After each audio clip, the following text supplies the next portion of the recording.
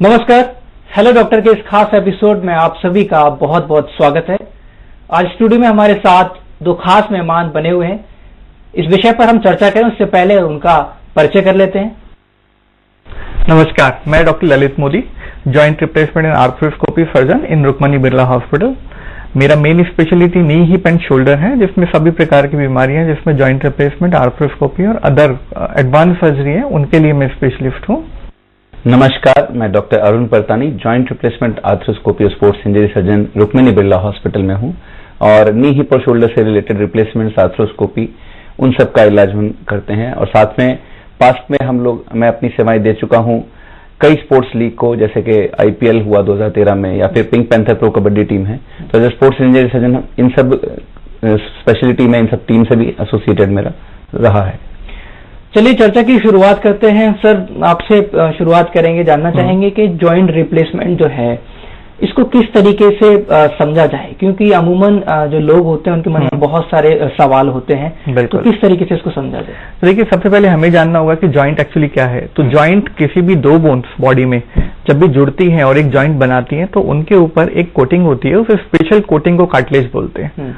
और उस कार्टिलेज के घिस जाने को हम आर्थराइटिस बोलते हैं। जब भी कार्टिलेज घिस जाती है और बोन दूसरी बोन पर रगड़ खाने लगती है, तब मरीज को दिक्कतें आती हैं। पैरों में टेढ़ापन होना, दर्द होना, ये सब समस्याएं उनको होती हैं। तो ऐसी कंडीशन में जो मरीज की डिफेक्टिव कार्टिलेज है, उस कार्टिलेज को रिप्लेस करके उसकी जगह मेटल का एक आर्टिफिशियल कवरिंग हम देते हैं, जिसके कारण से मरीज के पैर वापस सीधे हो जाते हैं। मरीज का जो दर्द था वो कार्टिलेज के खत्म हो जाने के कारण था, तो अब हमने उसको रिप्लेस कर दिया है। तो उनका जो नया जॉइंट है वो आर्टिफिशियल है, बट वो किसी प्रकार का पेन जनरेट नहीं करता है, जिसके कारण से मरीज वापस अपनी नॉर्मल लाइफ में, जो उसकी यंग एज में था, उसमें वो वापस आ जाता है। सर, आपसे समझना चाहेंगे, ये इस तरह के जो पेशेंट होते हैं उनकी शुरुआती सिम्टम्स क्या होते हैं, किस तरह की इनकी उम्र होती है और सही समय क्या होता है डॉक्टर तक पहुंचने का?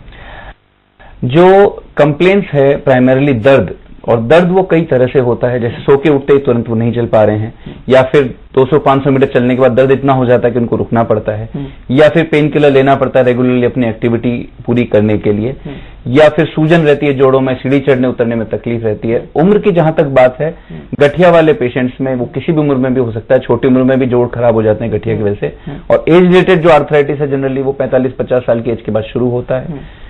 शुरुआती स्टेज में जब सिर्फ दर्द और सूजन आने लगे, तभी आप डॉक्टर को दिखाएंगे तो दवाई, कसरत, परहेज से इनका उपचार संभव है। फिर भी कभी कभी जब डिले हो जाता है, जोड़ पूरी तरह घिस जाता है, तो फिर नी रिप्लेसमेंट के साथ में या हिप रिप्लेसमेंट के साथ में इन तरह की बीमारियों का इलाज संभव है।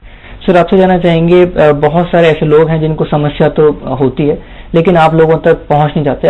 एक कुछ भ्रांतियां उनके मन में है, क्योंकि जानकारी का अभाव बहुत ज्यादा है, कम जानकारी उनको है। तो कैसे वो आप लोगों तक, उन तक जानकारी पहुंचे कि आपके साथ ये दिक्कत है? शुरुआती सिम्टम्स किस तरीके से हो सकते हैं, या सही जानकारी क्या है? क्योंकि उनके मन में डर रहता है कि मैं तो 15-20 दिन के लिए एडमिट हो जाऊंगा, 1 महीने के लिए एडमिट हो जाऊंगा। तो देखिए, इसमें क्या होता है कि हम जानते हैं कि इंडिया में एक्चुअली हम सब किसी भी सर्जरी से डरते हैं। तो जो सर्जरी से डर है वो एक कॉमन चीज है, और उसका होने का कारण यही है क्योंकि हमें शुरू से ये बताया गया है कि बॉडी के किसी पार्ट को अगर हम एक बार छेड़ देंगे तो कभी भी नेचुरल नहीं हो पाता।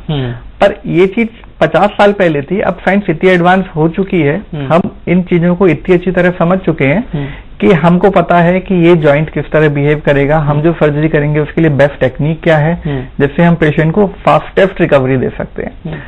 तो उन टेक्निक के आने के बाद वो सब भ्रांतियां धीरे धीरे खत्म होती जा रही है। पर जब तक आदमी एक्सपोज नहीं होता किसी उस मरीज के साथ जो पहले ऑपरेशन करा चुका है, तब तक उसके दिमाग में वो डर बना रहता है।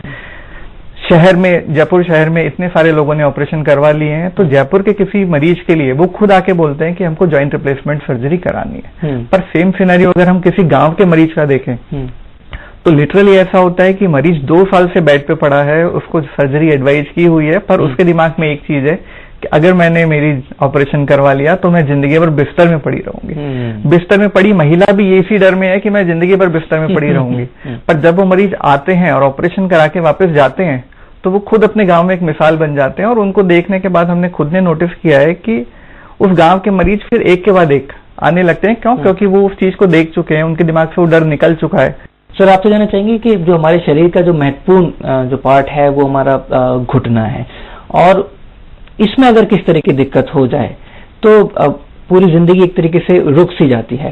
तो नी रिप्लेसमेंट को हम किस तरीके से समझें, ये कितना आसान है और कितने कम समय के अंदर जो ऐसा पेशेंट होता है उसकी आप सर्जरी कर देते हैं और वो अपनी आम जिंदगी जी सकता है। नी रिप्लेसमेंट एक ऐसी चीज है जो कि ओवर द इयर्स टेक्नोलॉजी में इतने एडवांसमेंट आए हैं, जॉइंट्स में, पार्ट्स में इतने एडवांसमेंट आए हैं। जैसे कि आप जब बात कर रहे थे कि भर्ती होने के बाद ऑपरेशन जब हम करते हैं, हम अब ऑपरेशन के अगले दिन खड़ा करके चलाते हैं। जैसे पहले कई लोग समझते थे कि ऑपरेशन कई दिन बाद वो चल नहीं पाएंगे, तो हमारे यहाँ जो प्रोटोकॉल रहता है, अगर हम आज डे 1 पे ऑपरेशन करते हैं तो डे 2 पे खड़ा करके चला देते हैं, डे 3 पे टॉयलेट कमोड का यूज शुरू करा देते हैं, चौथे दिन सीढ़ी चढ़ा उतरा के छुट्टी करते हैं। तो by the time patient is discharge, छुट्टी के बाद वो घर अपना खुद चल के सीढ़ियां चढ़ के अपने रूम तक पहुंचते हैं, खुद टॉयलेट तक जाते हैं, किसी भी तरह का कोई बेड रिडन का कोई पॉइंट नहीं होता, सब अपना काम खुद करते हैं और किसी तरह किसी और भी डिपेंडेंस नहीं होती।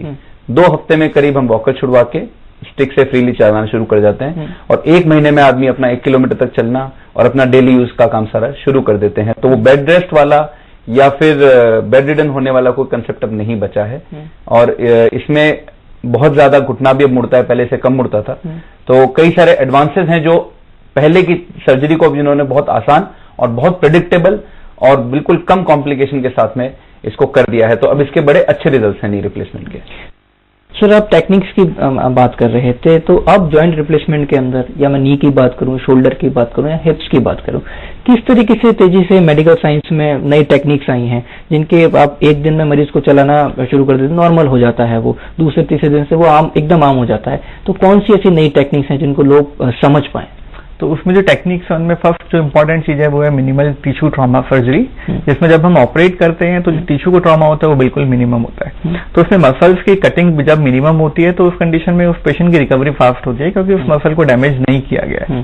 तो वो एक बड़ा कारण है जिस कारण से पेशेंट अगले दिन से चलना चालू कर देते हैं। सेकेंड एडवांसमेंट जो है वो हमारी टेक्नोलॉजी में, टेक्नोलॉजी वाइज जो नी रिप्लेसमेंट की हम बात करें, नी रिप्लेसमेंट या और कोई भी रिप्लेसमेंट आज से 15 साल पहले होते थे तो उनकी लाइफ कम होती थी, वो 5 से 7 साल बाद थोड़ी दिक्कत करना चालू कर देते थे। बट अभी जो रिसेंट एडवांसमेंट आए हैं उसके बाद हम इंश्योर हैं कि मतलब जो भी नी रिप्लेसमेंट है वो 20 साल एवरेज चलते हैं, जो एडवांस हिप रिप्लेसमेंट है वो अप्रोक्सीमेटली 25 साल के लिए चलते हैं। प्लस मोस्ट इंपॉर्टेंट फैक्टर जो है फास्ट रिकवरी के लिए वो हमारा एडवांस पेन कंट्रोल मैनेजमेंट है। तो उस एडवांस पेन कंट्रोल मैनेजमेंट के थ्रू हम ये करते हैं कि जो मरीज को पेन की सेंसेशंस ले जाते हैं और जो ब्रेन में उनको दर्द का एहसास कराते हैं उनको कैसे कंट्रोल करना है, आज हमारी समझ उस लेवल तक बढ़ चुकी है। सर, रिकवरी को लेके हम बात करना चाहेंगे। जॉइंट रिप्लेसमेंट तो हो जाता है, लेकिन उसके बाद में रिकवरी किस तरीके से होती है? क्या कुछ आप ऐसे पेशेंट को सजेस्ट करते हैं और आम जिंदगी उनकी कितने दिन में हो जाती है? अपना खुद का काम तो सब नेक्स्ट डे से शुरू हो जाता है, पर करीब 3 से 4 हफ्ते में आप अपनी नॉर्मल लाइफ रिज्यूम कर लेते हैं। और मुझे बड़े प्राउडली मैं कह सकता हूँ हमारे कई पेशेंट हैं जो ऑपरेशन के बाद नी रिप्लेसमेंट के बाद एक दिन में 13-13, 14-14 किलोमीटर तक चल पाते हैं, स्विमिंग कर पाते हैं, गोल्फ खेल पाते हैं, 2 व्हीलर चला पाते हैं। तो अपनी रोजमर्रा की जो भी चीजें हैं वो उसी तरीके से पूरी सारी फॉलो कर सकते हैं जैसे वो पहले कर सकते थे। और जैसे भी एडवांसमेंट्स की भी बात आई थी, तो पहले जैसे हम डरते थे यंग एज के पेशेंट में या हैवी वेट ओबीस पेशेंट में, हम ये ऑपरेशन करने से डरते थे क्योंकि हमें डर होता था कि जॉइंट की लाइफ कम रहेगी ऐसे पेशेंट्स के, और हमारे पास चैलेंज आएगा कि रिवीजन करना पड़ेगा। परंतु अब कई ऐसे इम्प्लांट्स आ गए हैं जो कोटेड इम्प्लांट्स होते हैं, जिनके ऊपर एक स्पेशल कोटिंग होती है जो जॉइंट की लाइफ, नी रिप्लेसमेंट की लाइफ 24 से 25 साल तक रखती है। तो हम यंग पेशेंट्स में और ओबीस पेशेंट्स में भी ये सर्जरी अब आराम से बिना डर के कर सकते हैं। सो शोल्डर को लेके हम बात करेंगे। बहुत सारे लोगों के साथ इस तरह की तकलीफ होती है कि अचानक से उनकी दिक्कत आती है कि ये पूरा हिस्सा जाम हो जाता है, या कुछ ऐसी इंजरी होती है जिसके चलते उनको बड़ी दिक्कत आती है। तो शोल्डर को लेके किस तरह की सर्जरीज आप लोग इस वक्त रुक्मिणी बिड़ला हॉस्पिटल जयपुर में कर रहे हैं? देखिए, शोल्डर एक ऐसा जॉइंट है जिसके लिए रिलेटिवली इंडिया में ये बीमारी थोड़ी सी कम है अगर हम आर्थराइटिस की बात करते हैं। बट उसके अलावा बाकी जो शोल्डर की बीमारी है वो बहुत कॉमन है, बट शोल्डर में अभी भी उतनी अवेयरनेस नहीं है, जिसके कारण से जो मरीज होता है वो अपने सही इलाज को जान ही नहीं पाता और उस चीज को फॉलो नहीं कर पाता। पर ग्रेजुअली जो हमने पिछले 5 साल में देखा है वो अवेयरनेस लोगों में बढ़ने लगी है। वो इंटरनेट के कारण से है, डॉक्टर्स जो है वो भी इस चीज को ज्यादा अच्छी तरह समझने लगे हैं, और फाइनली जो भी शोल्डर की बीमारी है, जो एडवांस बीमारी है, उनके लिए वो शोल्डर एक्सपर्ट के पास भेज देते हैं। तो आज की तारीख में रुक्मिणी बिड़ला में जो भी शोल्डर की एडवांस प्रॉब्लम है हम उन सब का ट्रीटमेंट कर रहे हैं। तो उन एडवांस ट्रीटमेंट में मोस्टली जो भी सर्जरी होती है वो दूरबीन से होने वाले ऑपरेशन है, और दूरबीन से जो भी कंधे के अंदर का डैमेज है वो सारा हम रिपेयर कर देते हैं। उसी तरीके से जो अपने घुटने घिसने वाली और हिप घिसने वाली बात है, उसी तरीके से शोल्डर में भी आर्थराइटिस होता है, और शोल्डर का आर्थराइटिस अलग अलग वैरायटी का होता है। तो जो भी शोल्डर का आर्थराइटिस, उसके लिए भी शोल्डर रिप्लेसमेंट जो है वो उतना ही कारगर है जितना नी रिप्लेसमेंट और हिप रिप्लेसमेंट। सर, आपसे स्पोर्ट्स इंजरी को लेकर हम चर्चा करना चाहेंगे। बहुत सुनने में आता है स्पोर्ट्स इंजरी, अमूमन लोग इसको कनेक्ट कर लेते हैं किसी खेल के साथ में, या वो व्यक्ति जो कि कोई ना कोई गेम खेलते हैं। तो स्पोर्ट्स इंजरी किस तरह, कैसे समझें इसको? तो किसी भी जोड़ के जो कनेक्टिंग टिश्यूज हैं उन्हें लिगामेंट्स कहते हैं। कई बार जोड़ों के बीच में गद्दियां होती हैं जिन्हें मेनिस्कस वॉशर कहते हैं। तो जनरली स्पोर्ट्स इंजरी में, जब स्पोर्ट्स इंजरी का मतलब है कोई भी ऐसी इंजरी जिसमें सडन ट्विस्टिंग या टर्निंग हुई हो जोड़ की, तो उस ट्विस्टिंग और टर्निंग में आपके लिगामेंट्स डैमेज हो सकते हैं, वॉशर डैमेज हो सकते हैं। पर ये सिर्फ स्पोर्ट्स के सेटिंग में नहीं हो सकता। आप बाइक चलाते हुए अगर स्लिप कर गए, दौड़ते हुए ट्विस्ट कर गए, तो हर उस इंजरी में लिगामेंट की चोट हो सकती है। तो sports injury is not limited to sports. Normal life में भी लिगामेंट और वॉशर वगैरह टूट सकते हैं, और उन सब का इलाज दूरबीन के माइनर ऑपरेशन के साथ बहुत अच्छे तरीके संभव है। और हमारे सीरीज में पेशेंट, जैसे मेरा तो कई स्पोर्ट्स एसोसिएशन से मेरा एसोसिएशन भी रहा है, और plus high level athletes, NSG commando, CRPF major, army के मेजर, ये हमारे पेशेंट रहे हैं। तो जब हम दूरबीन के ऑपरेशन, इनके लिगामेंट के रिकंस्ट्रक्शन के करते हैं, ये सब लोग वापस उसी हाई लेवल इंटेंसिटी पे वापस जा पाते हैं, नेशनल इंटरनेशनल पे स्पोर्ट्स खेल पाते हैं, या आर्मी या कमांडो में अपना वापस टेन्योर पूरा कर पाते हैं। सर, उम्र के पड़ाव के साथ साथ ये देखा जाता है कि घुटने घिसने लगते हैं और जॉइंट रिप्लेसमेंट की सलाह दी जाती है, लेकिन क्या इसको ये समझा जाए कि इस उम्र का व्यक्ति जब आपके पास आता है तो आखिरी जो उम्मीद है वो जॉइंट रिप्लेसमेंट ही रहती है, और या फिर दवाइयों से भी इसकी रिकवरी संभव होती है? तो जॉइंट रिप्लेसमेंट से क्योंकि लोग घबराते हैं, तो किस तरीके से वो इसको समझें कि अगर वो जॉइंट रिप्लेसमेंट कराते हैं वही उनके लिए बेहतर होगा आने वाले समय में? देखिए, इसमें क्या है कि जॉइंट रिप्लेसमेंट ऐसा नहीं है कि कोई भी मरीज अपने घुटनों का दर्द लेकर आया और हमने उनका जॉइंट रिप्लेस कर दिया। शुरू में हमेशा हमारा प्रोटोकॉल रहता है कि हम मरीज को मेडिसिन पे रखते हैं, कुछ एक्सरसाइज समझाते हैं और प्रिकॉशन बताते हैं, जिससे जो उनका जॉइंट है उसको लंबे से लंबा खींच सके। जब मरीज उस स्थिति में आ जाता है कि जब दवाइयां लेने के बाद भी, प्रिकॉशन लेने के बाद भी और एक्सरसाइज करने के बाद भी उनकी तकलीफें ठीक नहीं हो रही हैं, उनकी जो रूटीन लाइफ है वो कॉम्प्रोमाइज होने लगी है, तो जब ये कंडीशन में मरीज आता है, जब पैर इतने ज्यादा टेढ़े हो जाते हैं कि चलने में उनको डिफिकल्टी होती है, उनके पैर लचकने लगते हैं, वो स्टेज ही होती है जब हम उनको जॉइंट रिप्लेसमेंट के लिए एडवाइज करते हैं। सर, हिप की जो रिप्लेसमेंट होता है उसको किस तरीके से समझा जाए, और ये क्या उम्र के हिसाब से या किसी भी उम्र के व्यक्ति को ये हो सकता है? किसको सजेस्ट किया जाए? हिप रिप्लेसमेंट 3 कैटेगरी में किया जा सकता है। बेसिकली हिप डैमेज होना चाहिए, तो हिप डैमेज मोटा मोटा अगर अपन कॉमन जो चीजें बोले, यंग एज में एवेस्कुलर नेक्रोसिस जिसमें हिप के गोले की ब्लड सप्लाई खराब हो जाती है, मिडिल एज में हिप फ्रैक्चर्स, और ओल्ड एज में हिप आर्थराइटिस। तो हिप रिप्लेसमेंट हमारे पास 20 साल से लेके 80 साल तक के, 90 साल तक के पेशेंट का भी हिप रिप्लेसमेंट हम करते हैं, लेकिन कारण हर कैटेगरी में अलग अलग होते हैं। तो इन केस में हम हिप रिप्लेसमेंट करते हैं जहां खराब गोले को हटा के नया गोला डाल के, जैसे कि नी रिप्लेसमेंट होता है, अगले दिन से हिप रिप्लेसमेंट में भी खड़ा करके चलाना और सारा काम शुरू करा सकते हैं। सर, आपसे जानना चाहेंगे शोल्डर रिप्लेसमेंट जो है आप किन व्यक्तियों को, किस मरीजों को आप सजेस्ट करते हैं? शोल्डर रिप्लेसमेंट में देखिए, जो सबसे कॉमन इंडिकेशन है वो है ट्रॉमा। अगर फ्रैक्चर इस तरह का हुआ है कि उस फ्रैक्चर को रिपेयर ही नहीं किया जा सकता, तो उस कंडीशन में शोल्डर का रिप्लेसमेंट कर दिया जाता है।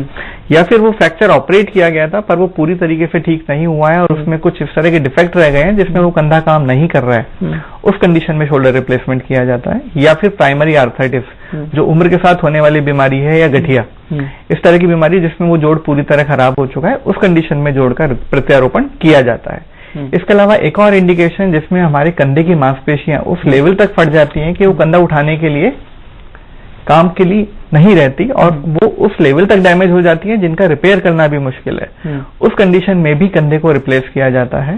और वो स्पेशल रिप्लेसमेंट जो है उसका बेनिफिट ये है कि मांसपेशियां खराब होने के बाद भी हम उस कंधे को नॉर्मल की तरह यूज में ले पाते हैं। सर, कंधा उतरने की जो दिक्कत है उसको किस तरीके से समझा जाए और इसका सर्जरी या ऑपरेशन किस तरीके से होता है? जो कंधा जब उतरता है, एक बॉल एंड सॉकेट जॉइंट होता है कंधा, तो जो बॉल सॉकेट से बाहर निकलती है तो सॉकेट के बाहर की एक प्रोटेक्टिव कवरिंग लेब्रम को फाड़ते हुए निकलती है, और जब वो फट जाती है एक रास्ता मिल जाता है, उसके थ्रू कंधा बार बार उतरता रहता है। इसका एक दूरबीन का बहुत माइनर ऑपरेशन होता है, जिसमें कुल जमा 3 टांकों में हम अंदर दूरबीन से देख के और उस फटी हुई लेब्रम को जगह पे लाके वापस रिपेयर कर देते हैं। 2 से 3 दिन में पेशेंट का दर्द खत्म हो जाता है और जैसे वो लेब्रम जगह पे जाके चिपकती है, वो कंधे उतरने की समस्या परमानेंटली ठीक हो जाती है और वो पेशेंट फिर वापस अपना सारा स्पोर्ट्स वगैरह सब कुछ शुरू कर सकता है। तो कंधा उतरने से बार बार जो लोग परेशान होते हैं, वो सिंपल एक दूरबीन के ऑपरेशन से अपनी प्रॉब्लम को परमानेंटली ठीक कर सकते हैं। चलिए इस चर्चा को आगे जारी रखेंगे। यहाँ पर एक छोटे से ब्रेक के लिए रुकते हैं। ब्रेक के बाद फौरन हाजिर होते हैं एक नए मेहमान के साथ।